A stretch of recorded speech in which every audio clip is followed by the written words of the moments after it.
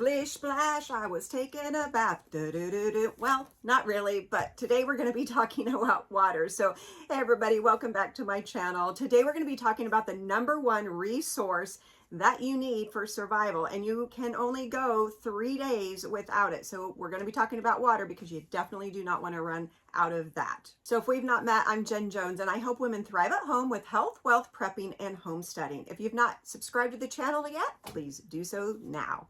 In this video, I'm going to show you exactly how to calculate enough water for you and your family for 14 days. But be sure to stick around because this is crucial for emergency preparedness.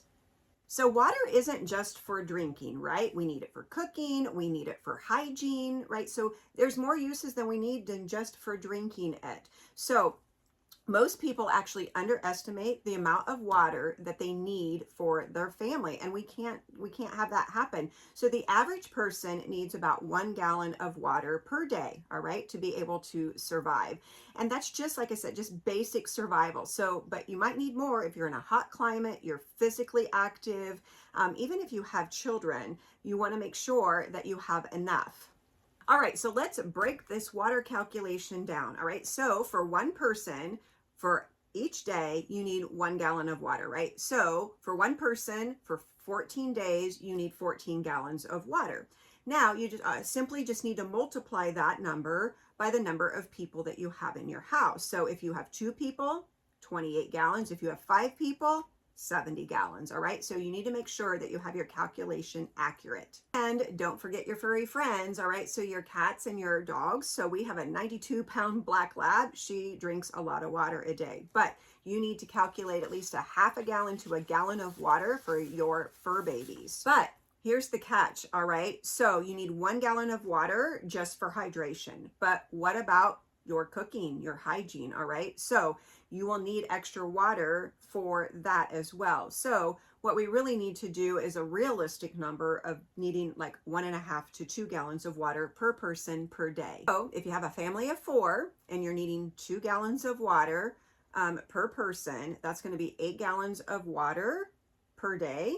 And then if you take that for 14 days, that's 112 gallons of water, all right? So now you can see how important this is, but literally every single drop of water matters in emergency preparedness. So now you've got your calculations, right? So now what are your options for storing water, right? You can do them in the gallon jugs.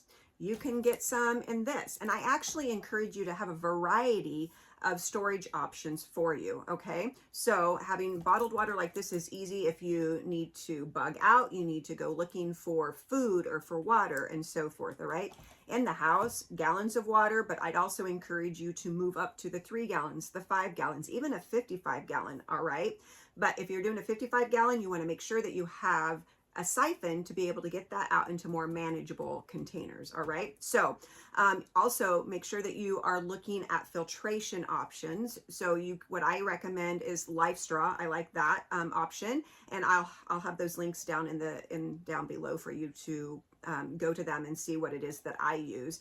And then also having rain barrels for rain barrel collection of water. Now you probably wouldn't necessarily like just drink the water out of there, but it's fairly clean, and using the Life Straws makes it a great option. Also the 55 gallon rain barrel collection. If you're growing food, if you have a garden or planters, you do container planting, you have herbs, you're definitely going to want to have water for them as well. So you can see this overall picture of all of the things that you need to consider for water. So water is your #1 survival priority. Don't wait until there is an emergency to figure this out. You want to figure this out now. So calculate your family's water needs right now after we hop off on this video, where you're going to start storing it at, and make sure that you actually have a backup plan. You don't want to just have a singular option. So what are your options for storing water? What are other options of sourcing water in the event of you running out of your water? So if you found this helpful, please hit that like button. Again, if you've not subscribed, be sure to subscribe to the channel,